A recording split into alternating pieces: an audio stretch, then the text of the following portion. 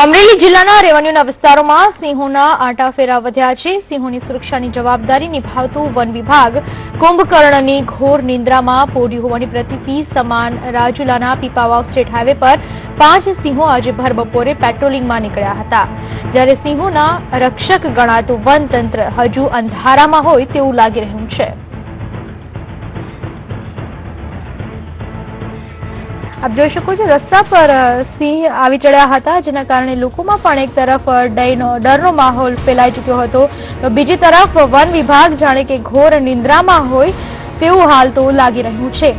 બાળ સિંહો રસ્તા પર આવી ચડ્યા હતા। આપ દ્રશ્યોમાં જોઈ શકો છો, રસ્તા પર બાળ સિંહ આવી ચડ્યા હતા અને જેના કારણે લોકોમાં એક પ્રકારે ડરનો માહોલ હતો। બીજી તરફ જે લોકો ત્યાંથી પસાર થઈ રહ્યા હતા તેઓ સિંહને જોઈને ઉત્સુકતા પણ અનુભવી રહ્યા હતા, પરંતુ આ તમામ વાતમાં જાણે કે વન વિભાગ ઊંઘતું ઝડપાઈ રહ્યું છે।